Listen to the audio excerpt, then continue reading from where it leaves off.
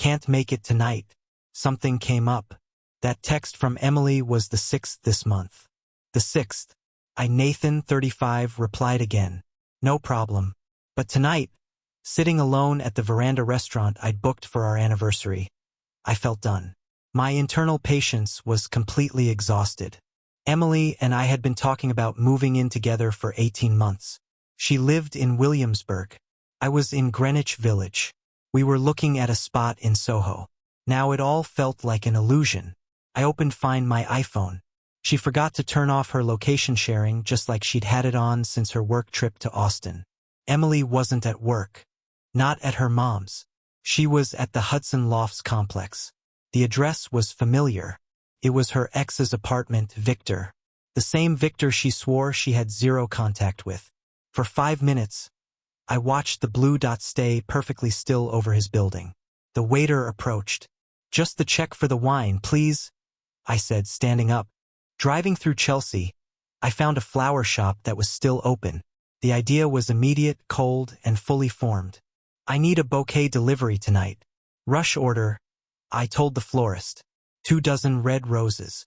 Address Hudson Lofts with instructions to call Victor Sterling's unit for pickup. The card message was brief. Emily, don't bother with excuses. We're finished.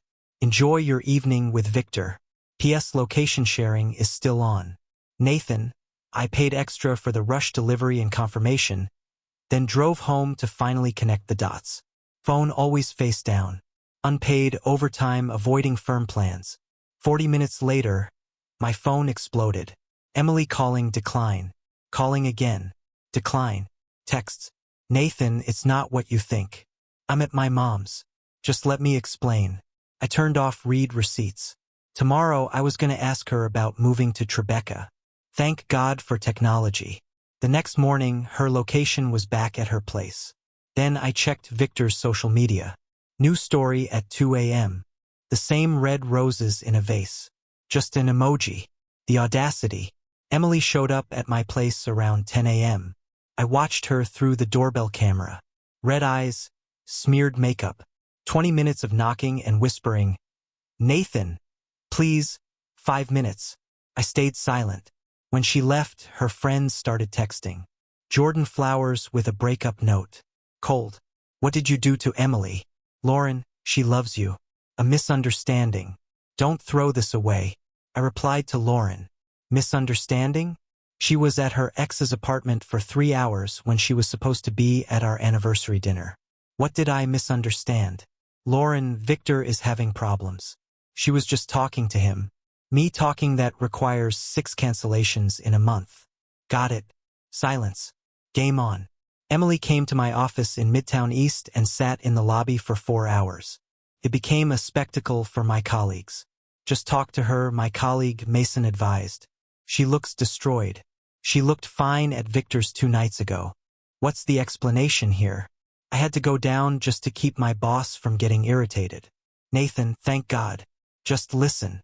She jumped up. 2 minutes publicly. Start the clock. Okay. Victor texted me because his dad died. He was broken, drinking, talking about doing something stupid. He needed support. He needed you. Call 911. Call his mom, but not the boyfriend you swore you had no contact with. I was trying to help. I knew you'd react badly to my lying and sneaking around with your ex, so you decided to do it anyway. Brilliant.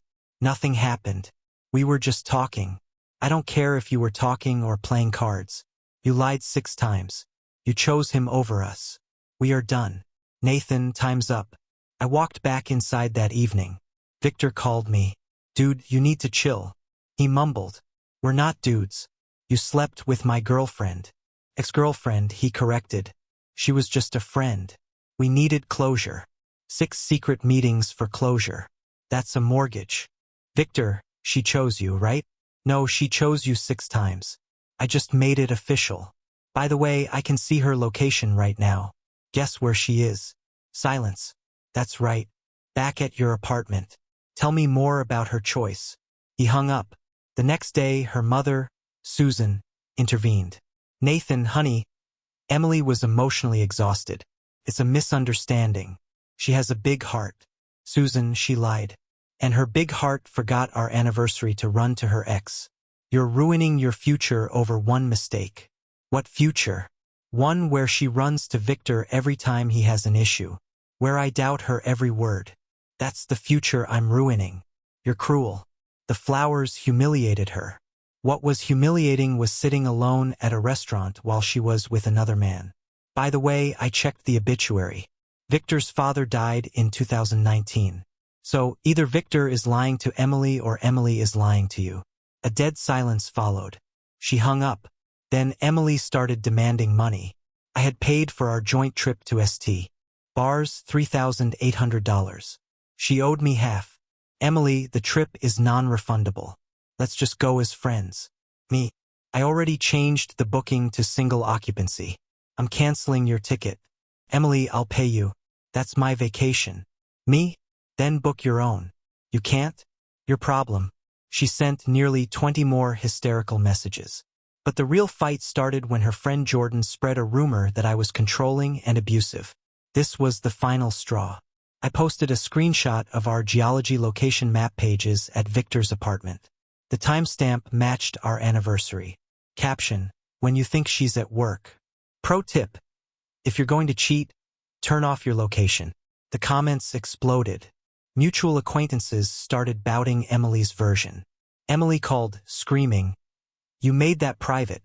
You made it public when your friends started calling me abusive. Take down your post. You take yours down first. You're ruining my reputation." No, Emily. You ruined it. I just provided the receipts. The next morning, a deep scraping sound. My car was keyed. A deep scratch from bumper to bumper. The security camera caught a hooded figure, but I recognized the hot pink Nike sneakers. I bought Emily. Then came her text, which sealed her fate. Hope you like it. That's what you get for humiliating me. I sent that screenshot to the police, my insurance, and my lawyer. The repair estimate, $2,400. I filed paperwork for small claims court. But Victor showed up first. "We need to talk," he said, trying to sound tough. "No, we don't. You're harassing Emily. She's fragile right now. She did $2,000 of damage to my car. You're posting about her online. I'm defending myself now. Leave us alone. We will leave you alone. So you two are together now?" He turned red. "Yeah, we are. You broke up with her yourself. And how long have you been together? How long did you lie to me?" "It doesn't matter." "It does." First small claims court. Emotional distress from the cheating. I had my voice recorder on. "Thanks for the confirmation, Victor." "How long?" He realized his mistake. He turned and left. Emily texted, "You recorded Victor without consent. That's illegal." Me. One-party consent state. Google it. See you in court. Damage, emotional distress. Your boyfriend just admitted to the affair on camera. The case is solid. Small claims court. Emily and Victor showed up together. I presented the video, her confession text, the estimate, the geolocation screenshot, and the recording of Victor. The judge asked Emily, "Did you lie about your whereabouts?" "Yes." "But did you damage his vehicle?" "I was emotional." "Yes." Judgment in favor of Nathan. $3,000 damages plus court costs. Emily cried. Victor tried to protest but was quickly silenced. Outside, she pleaded, "I can't pay this. Please, I loved you." "No, Emily. You loved having me as a safe harbor while you figured things out with Victor. Your location that night wasn't the first time you were there, was it?"